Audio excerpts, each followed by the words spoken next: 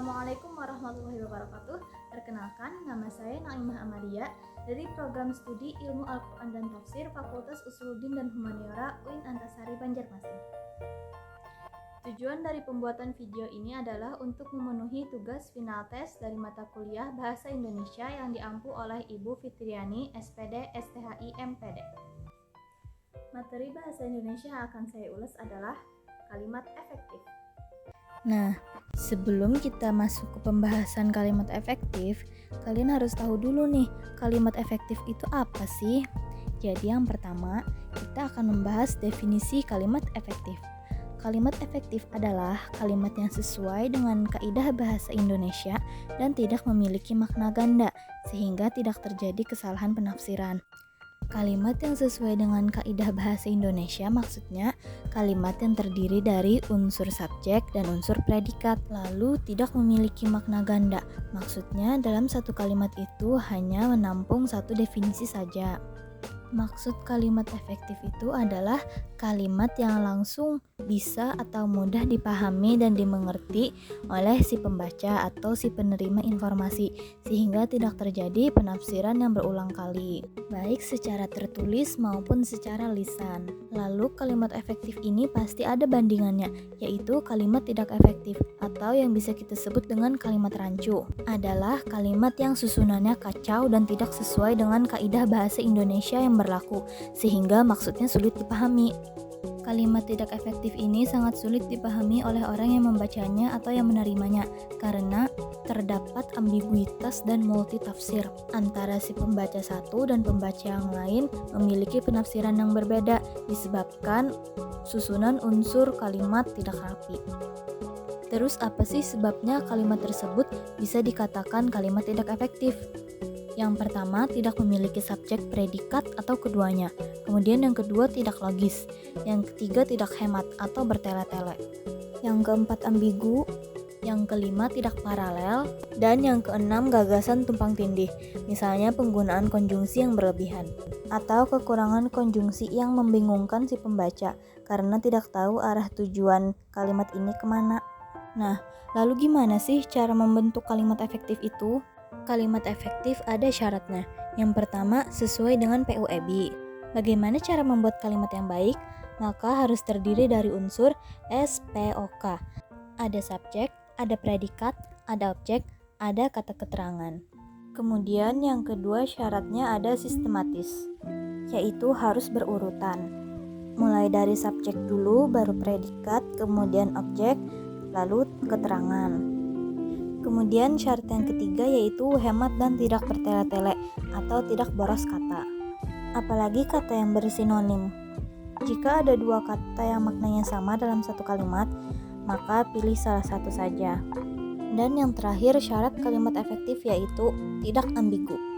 Lanjut, kita masuk ke pembahasan ciri-ciri kalimat efektif.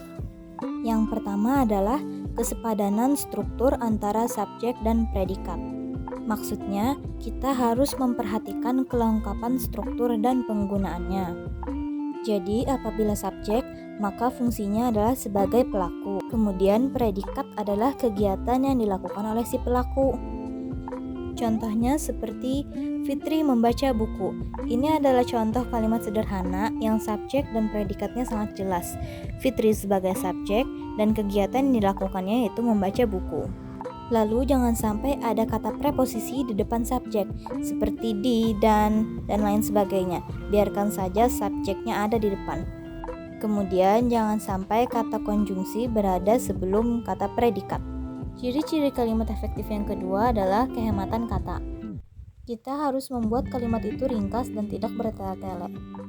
Hindari menyusun kata dengan bentuk makna yang sama.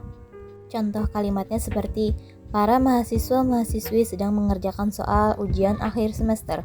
Di sana ada kata para yang menegaskan bahwa kata sesudahnya menunjukkan kata jamak. Sehingga sebaiknya kata mahasiswa-mahasiswi tidak diperlukan lagi. Dan kata yang paling tepat yaitu para mahasiswa sedang mengerjakan soal ujian akhir semester. Ciri-ciri kalimat efektif yang ketiga yaitu kesejajaran bentuk. Hal ini berkaitan dengan imbuhan paralel dan konsisten dalam kalimat. Contohnya, Misal kita membuat kalimat yang kata kerjanya berawalan imbuhan me, maka kata kerja selanjutnya harus berimbuhan me juga. Yang keempat ada ketegasan makna. Kita letakkan keterangan di awal kalimat untuk memberikan kesan penegasan. Biasa terdapat dalam kata anjuran, larangan atau perintah, atau terdapat partikel lah dan partikel pun. Lalu yang kelima, kelogisan kalimat. Tujuannya agar menghindari kesan ambigu pada kalimat yang kita buat. Buatlah kalimat yang maknanya itu mudah diterima oleh akal sehat kita. Yang keenam, kepaduan kalimat. Artinya penggunaan unsur-unsur kata yang padu harus sesuai.